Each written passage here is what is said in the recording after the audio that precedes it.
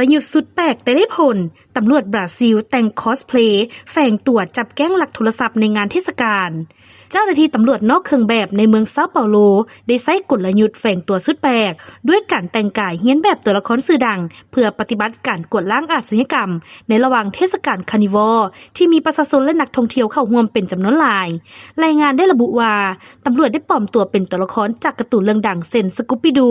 สควิดเกมและมันนี่ไฮส์เพื่อบ่ให้เป็นที่สังเกตก่อนจะติดตามพฤติกรรมของกลุ่มมิจฉาชีพที่ก่อเหตุลักและฉวยโอกาสจกเอาโทรศัพท์มือถือภายในงานผลการปฏิบัติงานเจ้าหน้าที่สามารถจับกลุ่มผู้ต้องสงสัยได้3คนพร้อมทั้งกวดยึดโทรศัพท์มือถือของกลางได้อย่างน้อย8เครื่องซึ่งเชื่อว่าได้มาจากการก่อเหตุในบริเวณงานปัจจุบันตำรวจกำลังดำเนินคดีตามกฎหมายและประสานงานเพื่อส่งทรัพย์สินคืนให้เจ้าของทางนี้กลยุทธ์คอสเพลย์บ่แม่นข้างทำอิฐที่ตำรวจเซาเปาโลนำมาใช้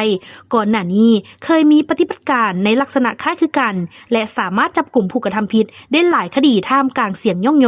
ถึงความคิดสร้างสรรค์ในการเบิ่งแยงความปลอดภัยในช่วงเทศกาลใหญ่